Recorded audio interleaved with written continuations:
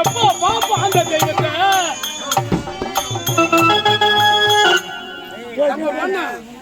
எங்க அக்காவை பார்த்தாலும் தெய்வம் தெய்வம், எங்க அம்மாவை பார்த்தாலும் தெய்வம். அவங்களும் பெத்த தெய்வம் அப்படிதான் பண்ண. அப்ப எல்லாம் தெய்வம் தெய்வம். சிரிக்காத நீ, அடி சிரிக்காத. நீ சிரிச்சுன்னு வச்சுக்க சென குரங்கு சூத்து அடங்குது மாய்.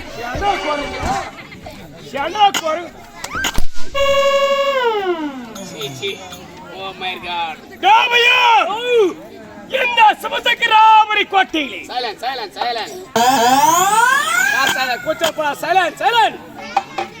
அவன் தான் நாய் கத்துற போல கத்துறானே. எவன்டா நாயா? எவன சொன்ன அவனை சொன்ன எவனா?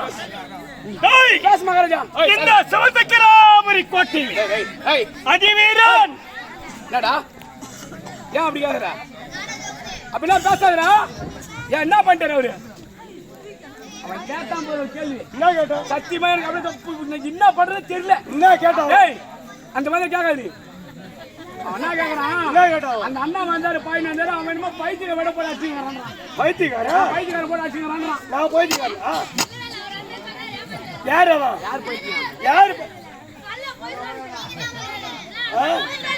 யாரு பைத்தியம்? யாரா? யார் பைத்தியம்? நான் பைத்தியம். அப்ப நான் பைத்தியமா? கத்தி பேசாத, கத்தி பேசாத. வேற மேல இறங்கி போகுது.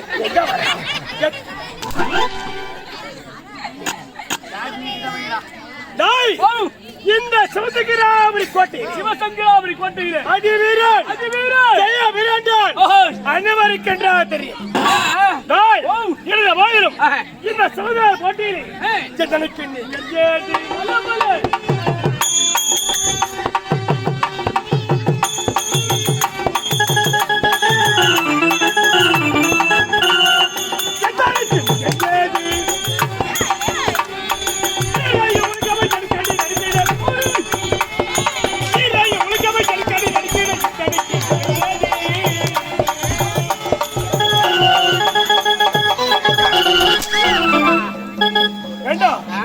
வீர வணக்கம் என்றால் இப்படியா கொடுப்பது?